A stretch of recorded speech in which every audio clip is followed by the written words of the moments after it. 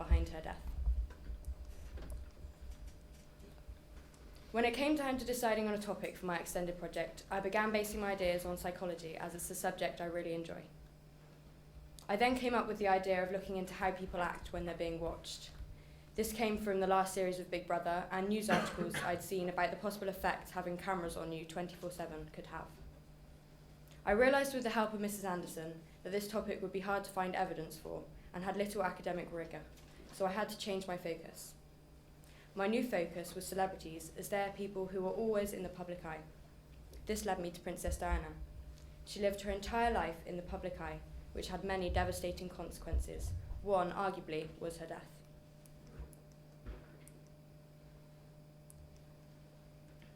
Princess Diana died in the early hours of the 31st of August 1997, following a car crash in which the Mercedes she was riding in collided with a pillar in the Pointe de l'Alma tunnel in Paris.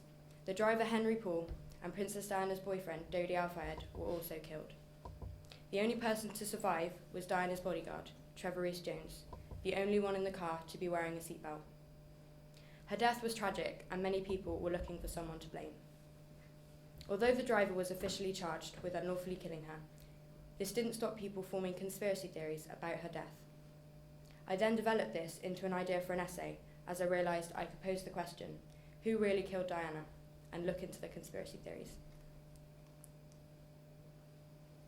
After initially starting to undertake my research by surfing the internet, I found there were lots of conspiracy theories floating around.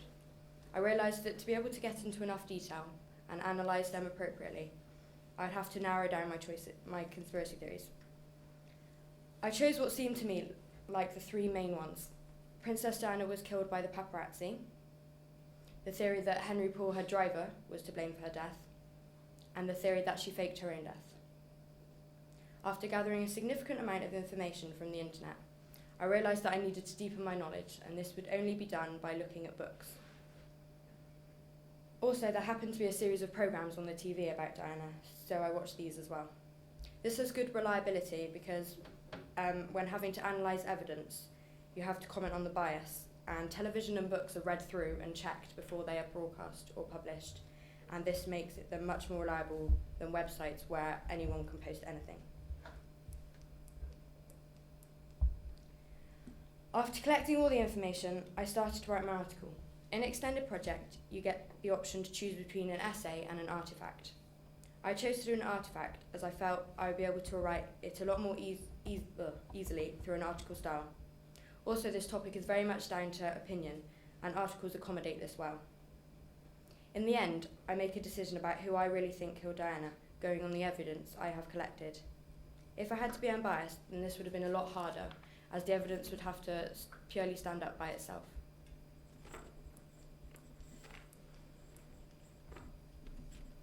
When looking at the paparazzi, I found a large volume of information on the internet. With this information, I combined all the quotes and looked for the main arguments for the theory that the paparazzi were at fault over Princess Diana's death. I found that the main argument was that because the paparazzi were chasing after the Mercedes she was riding in and causing it to speed, Henry Paul found it difficult to control the car and therefore crashed. The reason, of course, that the paparazzi were chasing after the car in the first place was because the price of a picture of Diana was so great. Diana, after all, was a fashion icon and the most photographed woman in the world. There was an eyewitness statement claiming that he saw a motorcycle in front of the car shortly before the crash, which produced a flash like one from a camera. This provides evidence that the motorcyclist was in fact a photographer driving dangerously close to the car. The flash could in fact have caused Henry Paul to temporarily lose concentration and crash. Many people would question whether the paparazzi were really so persistent that it caused the Mercedes to drive so fast and so dangerously to escape them. The answer is probably yes, because a newspaper stated that the press were a small but determined group of photographers actuated by greed to the point that they had lost all sense of humanity. This indicates that the paparazzi had lost all sense of morality and were just so desperate to make money that they were willing to do things that were irrational and even illegal. Princess Diana's brother spoke out after the death and claimed that he thought the paparazzi were to blame. Although this seems like pretty strong evidence, I realised that there is some bias, as the family closest to her are likely to just want someone to blame.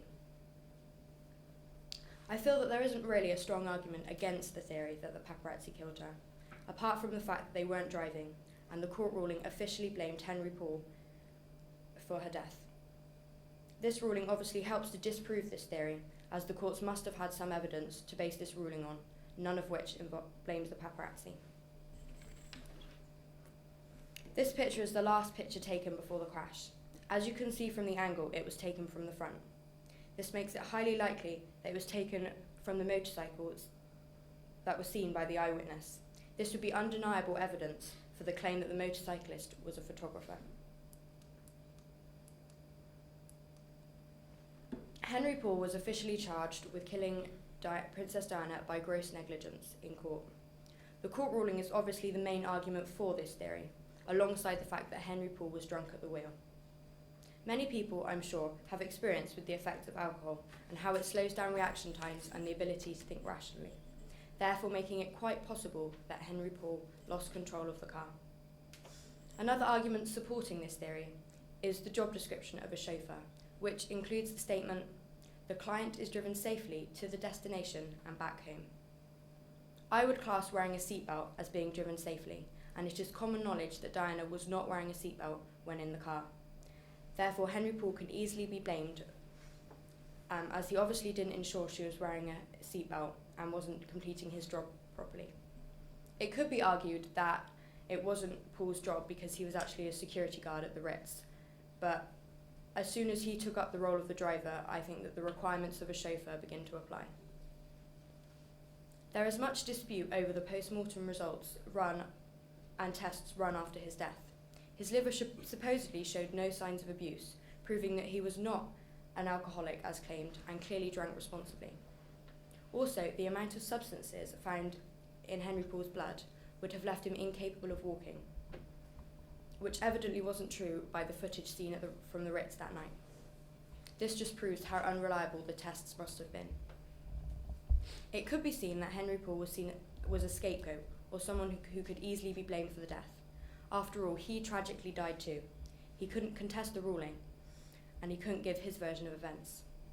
Also, as I have previously mentioned, the flash from the photographer could have caused Henry Paul to be temporarily stunned and for him to lose concentration. This shows that the blame lies elsewhere with the motorcyclist, as it wasn't Paul's fault that he was there. The last theory is the theory that Diana faked her own death. This is perhaps the most controversial of the three I have picked. Despite on hearing this theory, it sounds irrational and unlikely. It is actually a belief among the British public that she is still alive. Supporting this theory is the speech she made shortly before her death, announcing that she would be withdrawing from the public eye. This was an indication that she wanted to leave her life in the media spotlight behind. Princess Diana had a relationship with a heart surgeon called Hasnat Khan. It was said in the book, Diana, The Life of a Troubled Princess, that the relationship was propelled by Diana's fantasy about making a new life with a simple, middle-class Pakistani. This is proof that Diana was obviously unhappy where she was because of the pressures of being in the public eye. She was desperate to get away and fantasized about finding happiness like a normal person. Therefore, faking her death would have been the perfect opportunity to do this. The strongest argument against this theory is that the public and many of her close friends strongly believe that she would never leave her children behind. This could once again be challenged with the idea that the media had pushed her so far that she would go to any lengths to escape them. Diana's statement to the press about her planned withdrawal only fueled the media's desperation for a picture, raising the idea that perhaps Diana loved the limelight and didn't want to escape at all. After all, no one really knows what went on in her head. If Diana did fake her own death, then plastic surgery would almost certainly have been necessary.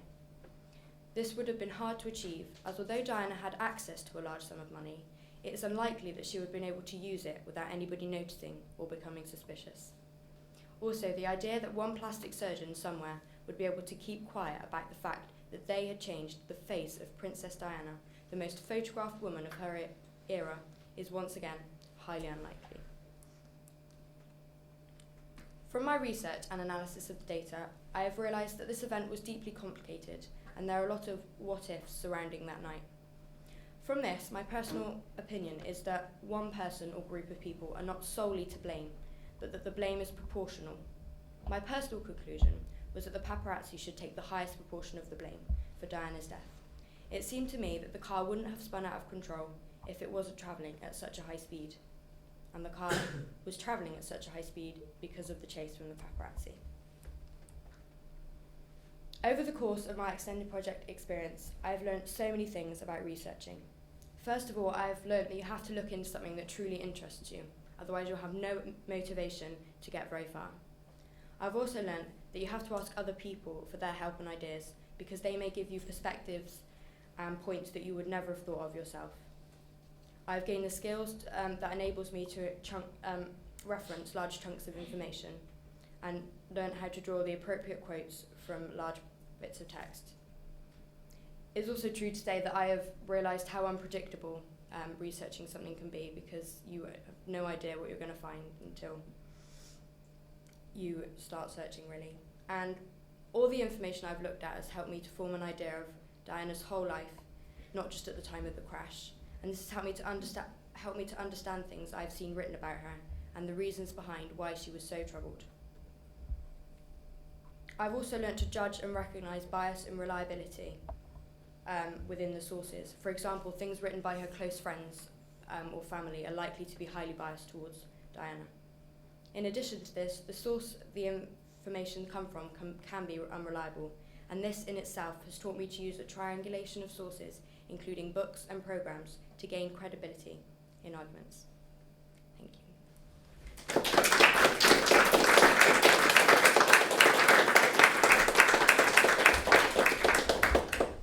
Any questions? Yes, Claire. Why wasn't Diana's normal driving this night?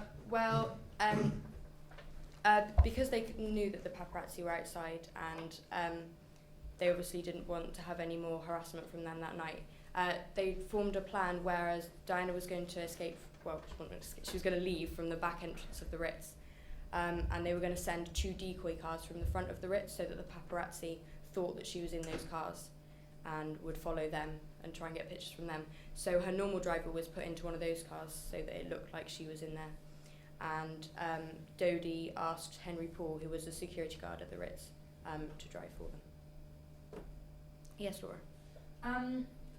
Why did you choose those 3 theories to look at, as opposed to say like the royal family, which is often a theory? Well, the royal family is probably quite a common conspiracy theory, but I felt it was inappropriate to look into them, and also I wouldn't have been able to access credible information very easily, because the royal family will probably have strict regulations in place about access of information about them. Yes, Harvey? Why didn't you look into the conspiracy theory about the royal family? I do believe I just answered that, kind of, from Laura. Yeah, Nick? Your personal conclusion was really interesting. I was just wondering if you felt that the paparazzi was still kind of a threat to the people in the limelight, particularly like with obviously the wedding next month. Well, press regulations since her death have changed, and Prince William recently spoke out about it, and he said that there was a zero tolerance policy on invasion of privacy on them, and so after Diana's death, pretty much straight after, they did make sure that the laws were changed so that it would never get like that again. Lucy? I was wondering, did you consider the possibility at all that there was no conspiracy and that her death was actually just a tragic accident? I did think of that, but just think. I guess most people probably do hold that belief, but I was just interested because I think to an extent, if it really was just a tragedy, then people would have felt no need to form all these conspiracy theories. And if it was a tragedy, I wouldn't say that the court would have ruled that Henry Paul was to blame over the death, because I think they would have just named it as an accident, really, and they wouldn't have felt the need to go and have a whole inquiry into it. Yes, Maddie? Do you think it was Diana's own responsibility to be putting on her own seatbelt? She is an adult.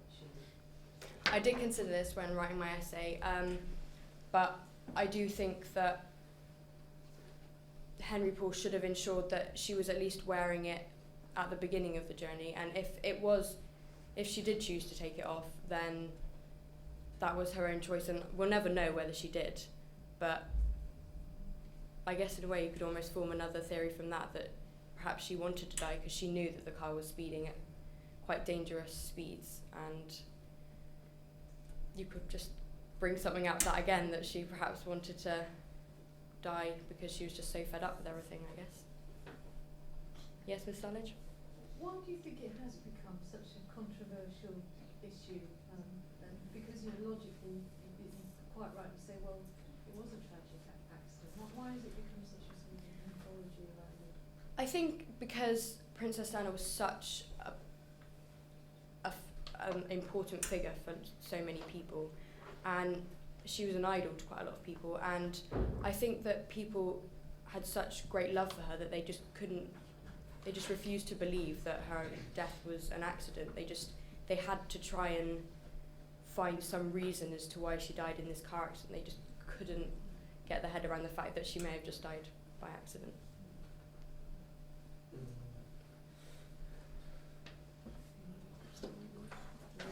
Thank you very much.